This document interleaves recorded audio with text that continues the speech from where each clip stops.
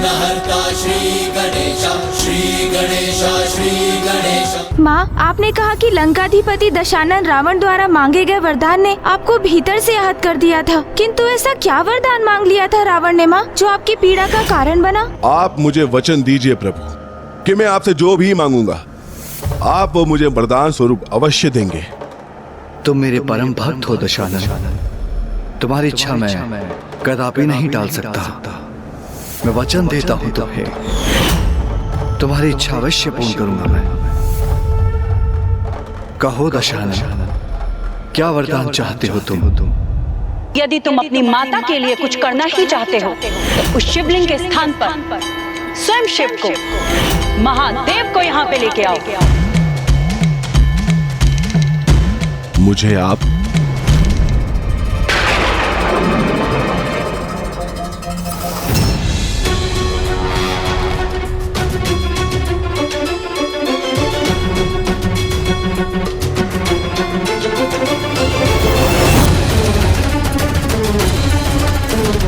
रुक क्यों गया दशानन?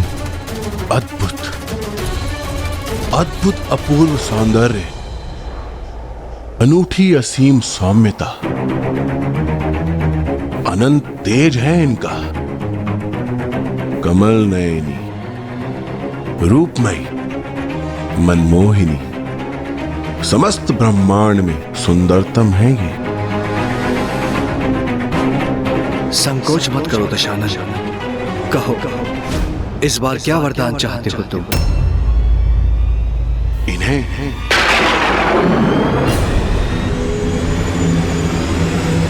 आपके वरदान स्वरूप इन्हें चाहता हूं मैं, आपके वरदान स्वरूप इन्हें चाहता हूं मैं।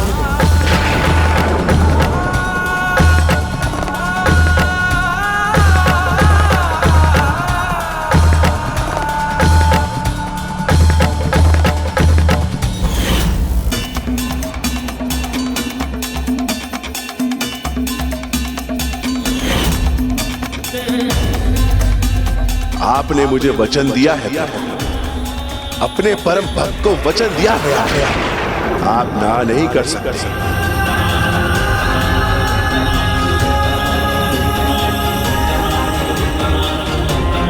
हे प्रभु, आपको प्रसन्न करने हेतु जिसने आपको अपना शीश अर्पित किया, अपनी आंतों से आपके नाम की धुन उत्पन्न, आपका परम भक्त अर्थात मुझे आप अपने दिया वचन टाल नहीं सकते।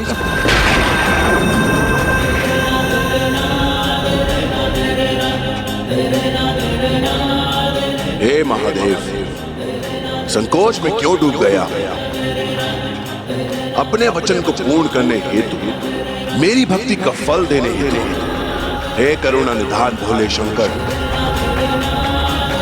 इन्हें मुझे अपने साथ लंका ले जाने की अनुमति दीजिए। मुझे अपने साथ लंका ले जाने की अनुमति दीजिए।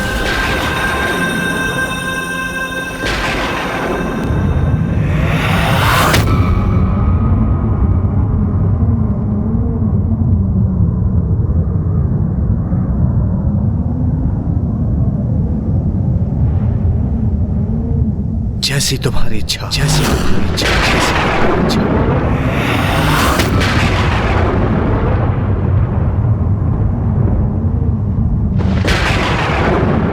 जय शिव शंकर शंभो।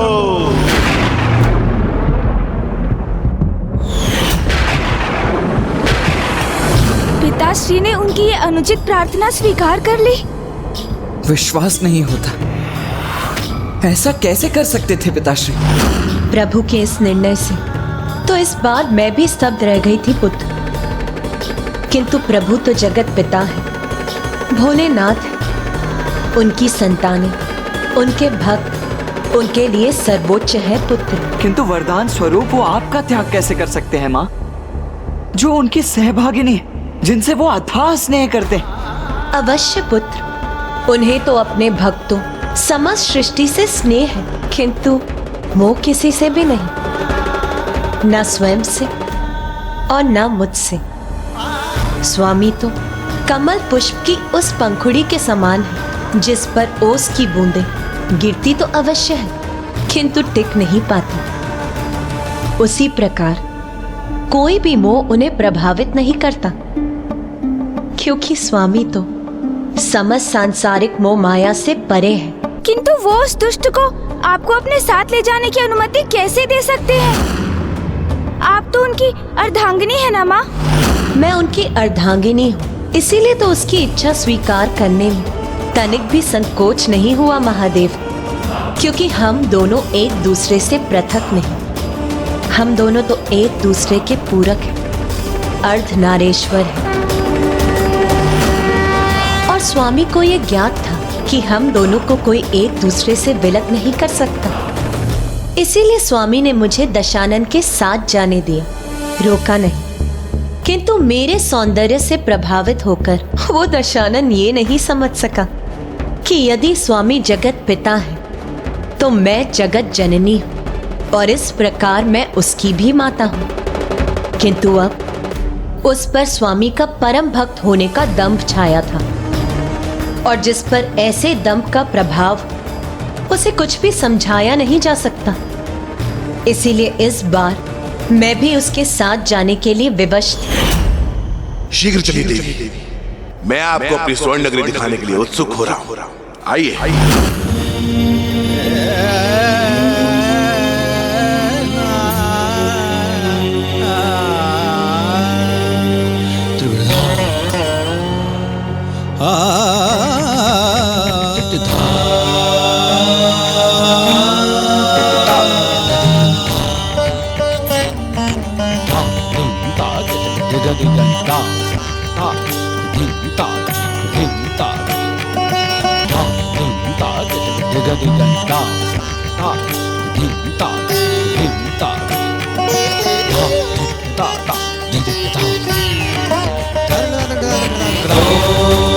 नमो शिवाय नमो नमो नमो नमो नमो शिवाय नमो नमो नमो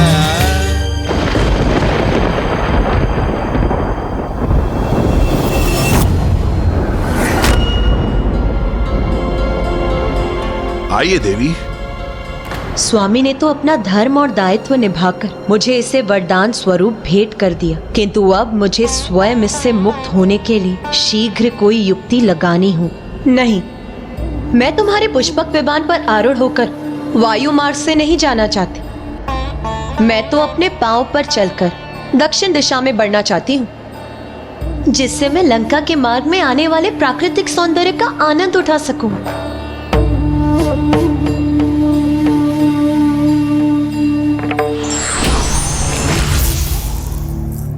देवी, आप मेरे पीछे पीछे आइए।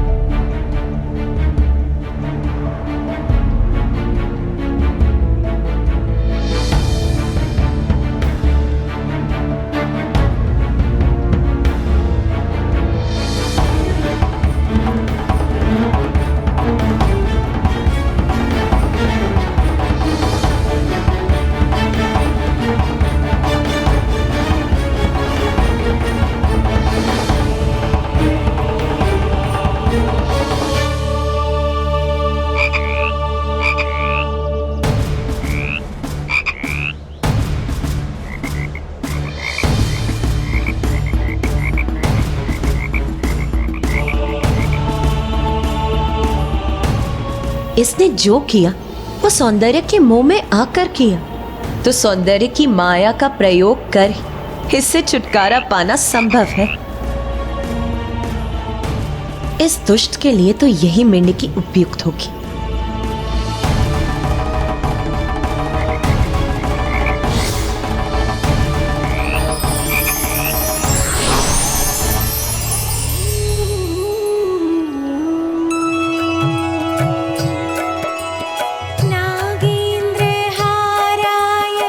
अब तो दशानन ये ज्ञात करके ही रहेगा कि कौन है वो जो इतने मधुर स्वर में मेरे प्रभु महादेव की पूजा आराधना कर रही है। अरे शीघ्र चलो, बहुत विलंब हो रहा है। अब चाहो तो अपने पुष्पक विमान को भी बुला लो, हम उस पर आरूढ़ होकर भी चल सकते हैं। अचानक ये इतने शीघ्र, यहाँ से क्यों जाना चाहती है? इनकी इस इच्छा के पीछे अवश्य कोई गूढ़ रहस्य है।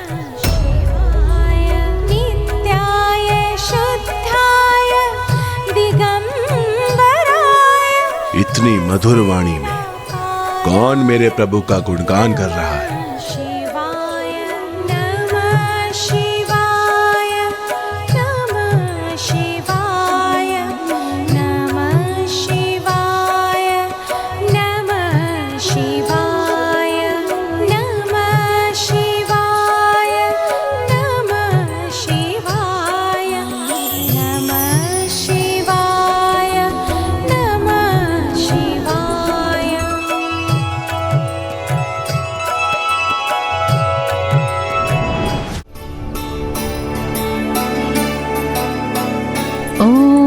नमः शिवाय।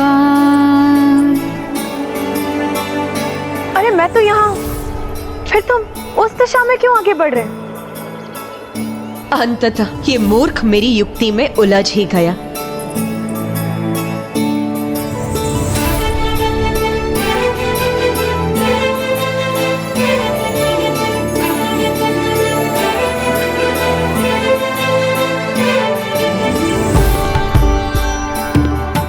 भक्ति भाव से इतने मधुर स्वर में मेरे प्रभु महादेव का नाम उच्चारण करने वाली, मेरे प्रभु के सर्वाधिक प्रिय पुष्प केतकी एकत्रित करने वाली, अद्भुत अपूर्व सौंदर्य की धनी, तुम कौन हो सुंदरी?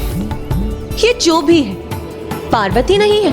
पार्वती तो मैं हूं, जिसे तुम अपने साथ लंका ले जाने के लिए आए हो।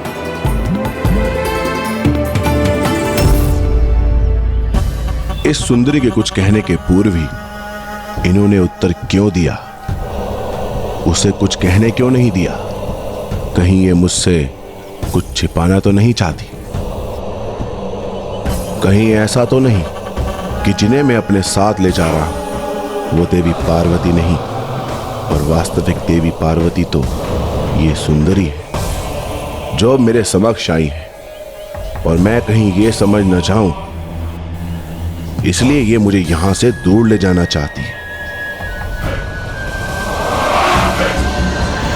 आपके वरदान स्वरूप इन्हें चाहता हूं मैं, आपके वरदान स्वरूप इन्हें चाहता हूं मैं। जैसी तुम्हारी इच्छा।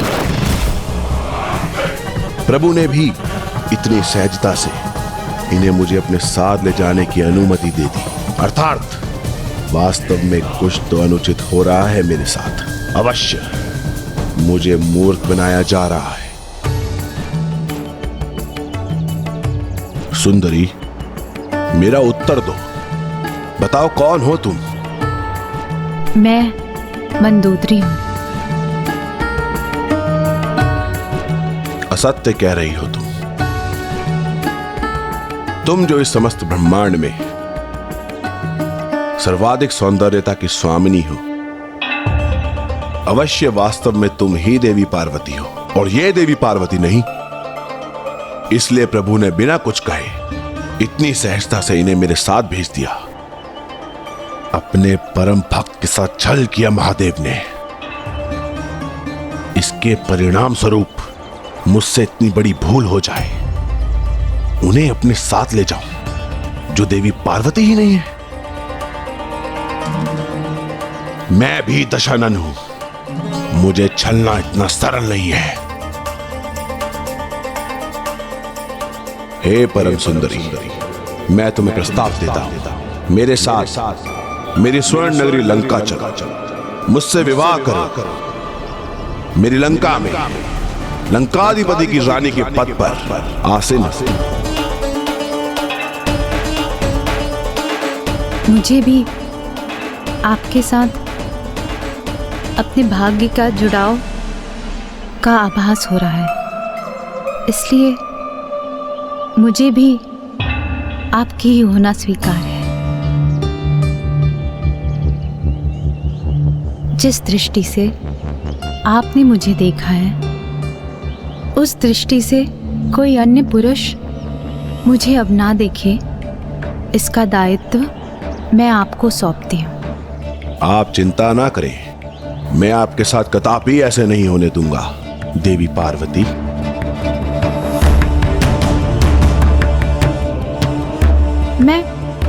मैं पार्वती नहीं, मैं मंदोदरी हूँ। आप कितना भी कह लें, किंतु मुझे पूर्ण विश्वास है कि सर्व सुंदरी आप ही हैं, इसलिए आप ही देवी पार्वती हैं। किंतु आपकी इच्छा यही है कि मैं आपको मंदोदरी के नाम से पुकारूं, तो वो भी स्वीकार है मुझे। आइए देवी मंदोदरी, आइए मेरे साथ चलिए। किंतु फिर मैं क्या करूं? मुझे तो तुम अपने साथ ले जाने वाले थे। महादेव ने वरदान स्वरूप मुझे तुम्हें सौंपा था। महादेव ने तुम्हें मेरे साथ भेजकर छल करने का प्रयास किया है। ऐसी आशा नहीं थी मुझे महादेव से। वास्तव में तुम देवी पार्वती हो ही नहीं। जाओ, लौट जाओ उनके निकट। आइए, चलिए मेरे साथ।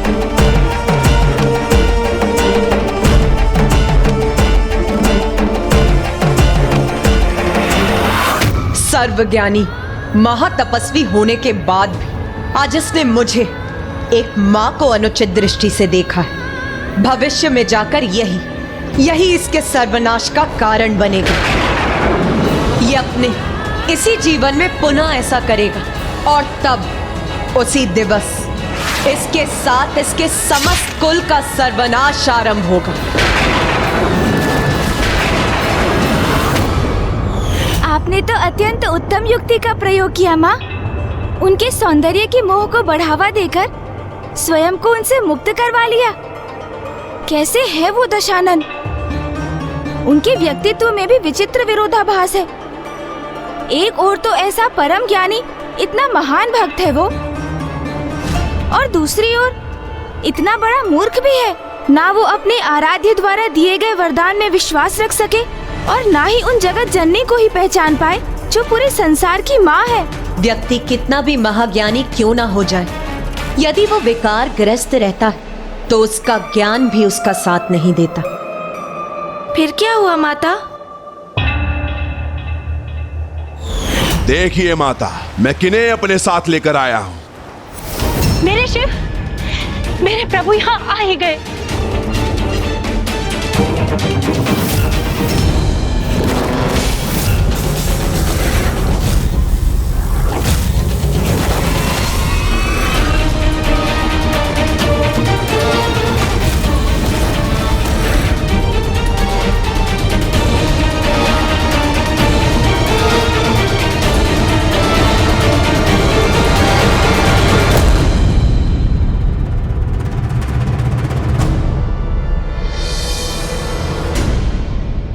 इस प्रकार स्तंभ होने का कोई कारण नहीं है माता। मैं प्रभु महादेव को नहीं, किंतु देवी पार्वती को साथ लाया और ये अब यहीं रहेंगे। माता पार्वती, हे जगत जननी, रुक जाइए।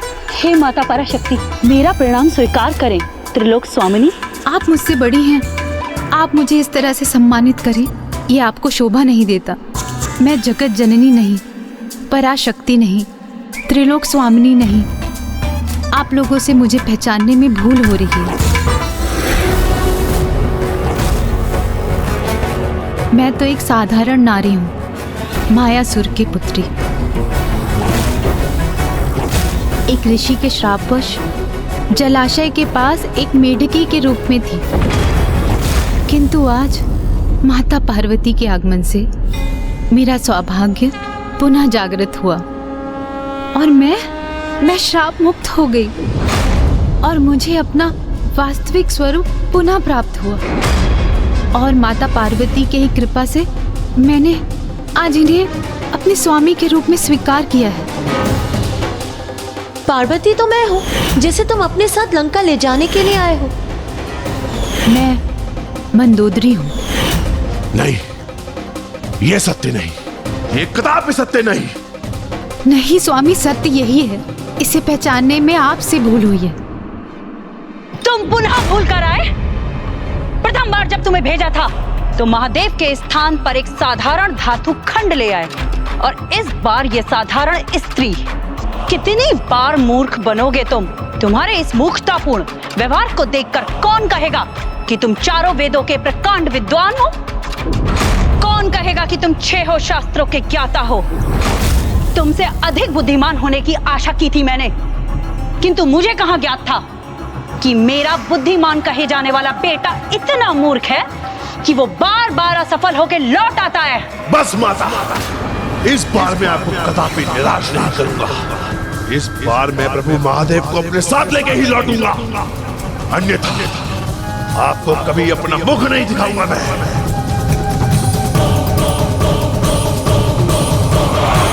और अब वो महादेव को अपने साथ लंका ले जाने, अपनी माता को दिया गया प्रण निभाने पुनः यहाँ आया।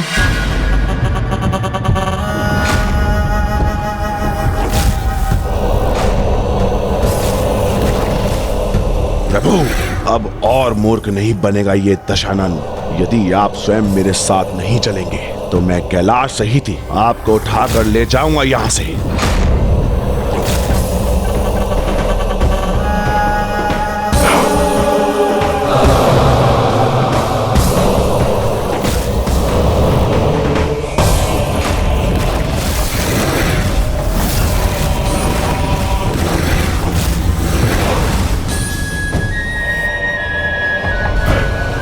जय भोले शिव शंकर।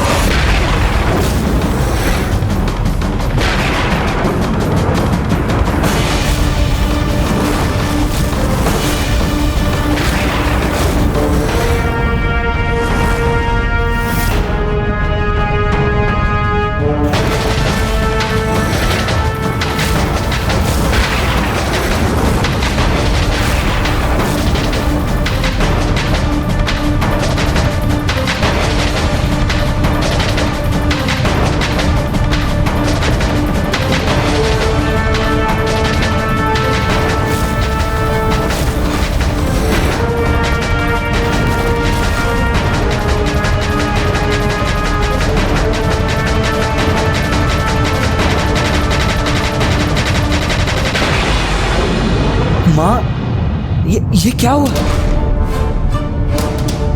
माता, कुमार कार्तिकेय, गणेश जी, दशानन ने महाविशाल रूप धारण किया है और वो महादेव के साथ साथ संपूर्ण कैलाश को लंका ले जाना चाहता है।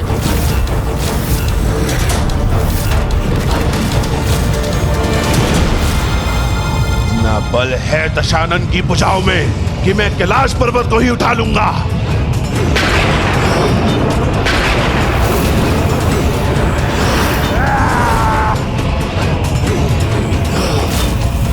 आप मुझे स्वयं दर्शन देकर मेरे साथ नहीं चलना चाहते ना प्रभु? कोई बात नहीं, आपका ये परम भक्त दशानन आपको कैलाश सहित लंका ले जाएगा।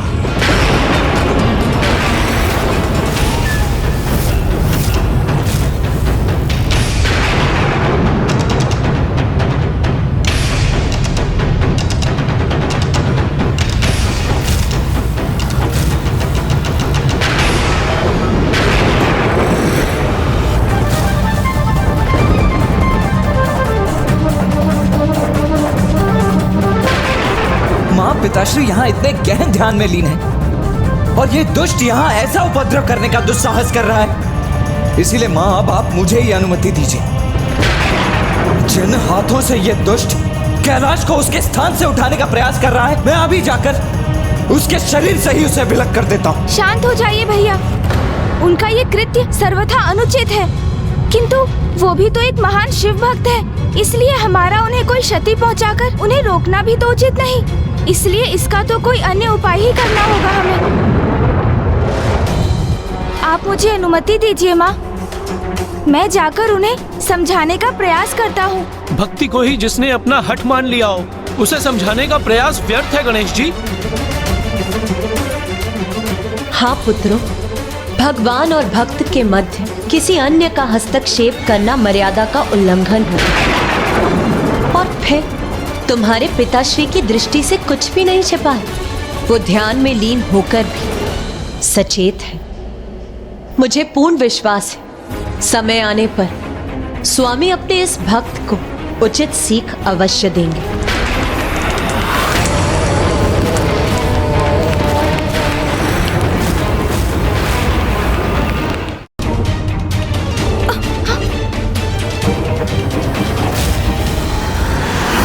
कैलाश पर्वत के समक्ष अपने विराट रूप में भी ये असुरराज दशानन कितना तुच्छ, कितना छोटा प्रतीत हो रहा है, किंतु फिर भी ये महादेव के कैलाश को अपने हाथों में उठाने का प्रयास करने का दुस्साहस कर रहा है।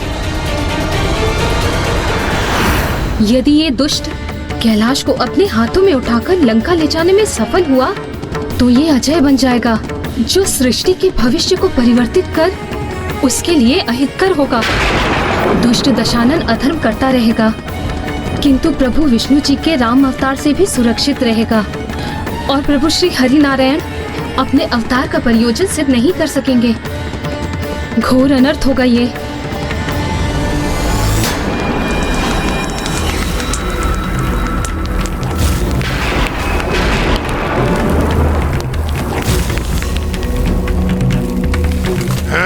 मैं अपने समस्त हाथों का प्रयोग करता हूं।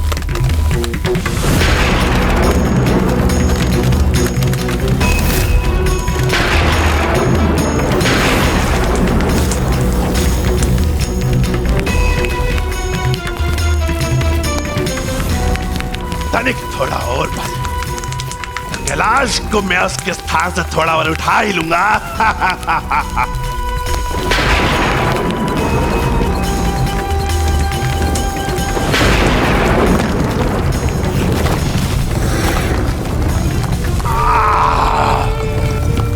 जय शिव शंकर शंभो, हर हर महादेव।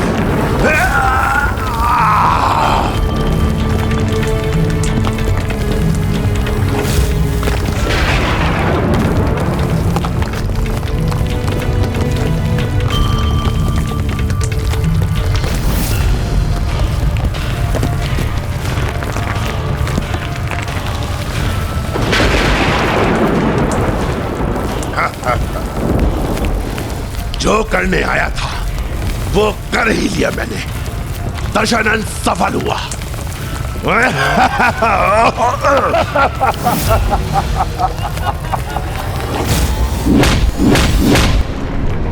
ओह, तो ये मेरा मात्र एक भ्रम था।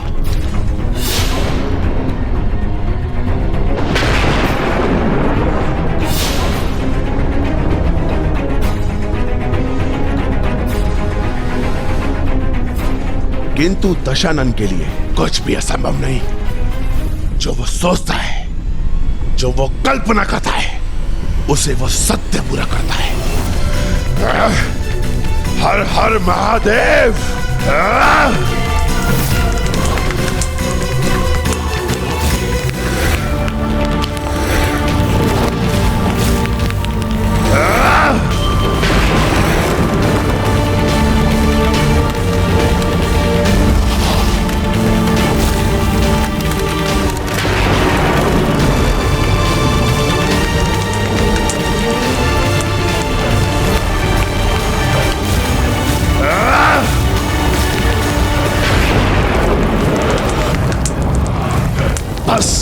अब कुछ और ही बल का प्रयोग करूंगा तो कैलाश पर्वत को उठा लूंगा अपनी भुजाओं में मैं।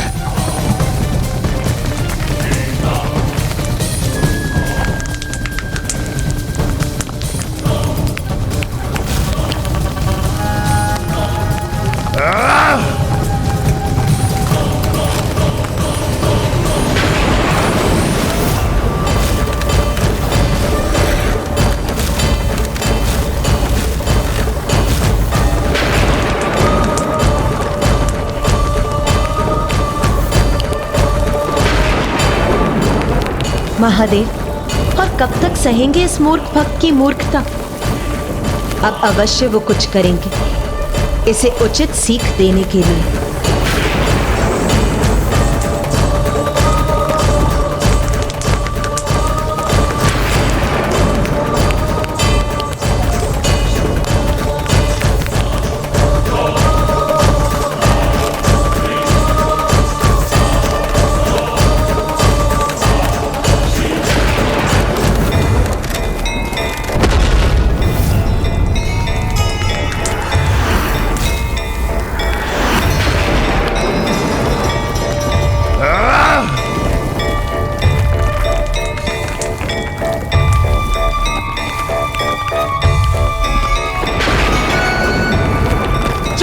शिव शंकर शंभो, हर हर महादेव।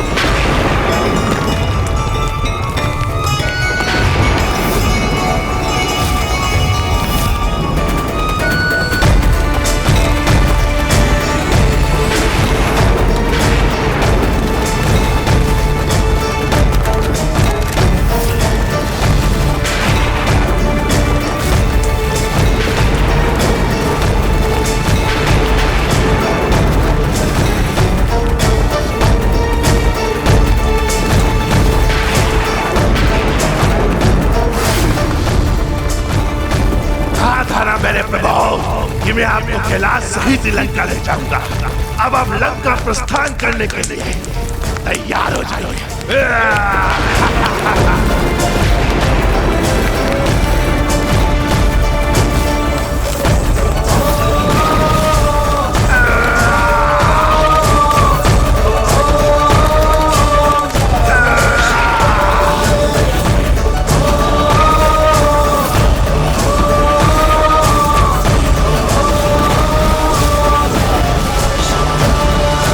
जिस प्रकार आधी गागर अपने जल को छलकाए बिना नहीं रह सकती, उसी भांति अपूर्ण भक्ति भी दंभ के रूप में समय समय पर छलक कर बाहर आ ही जाती है।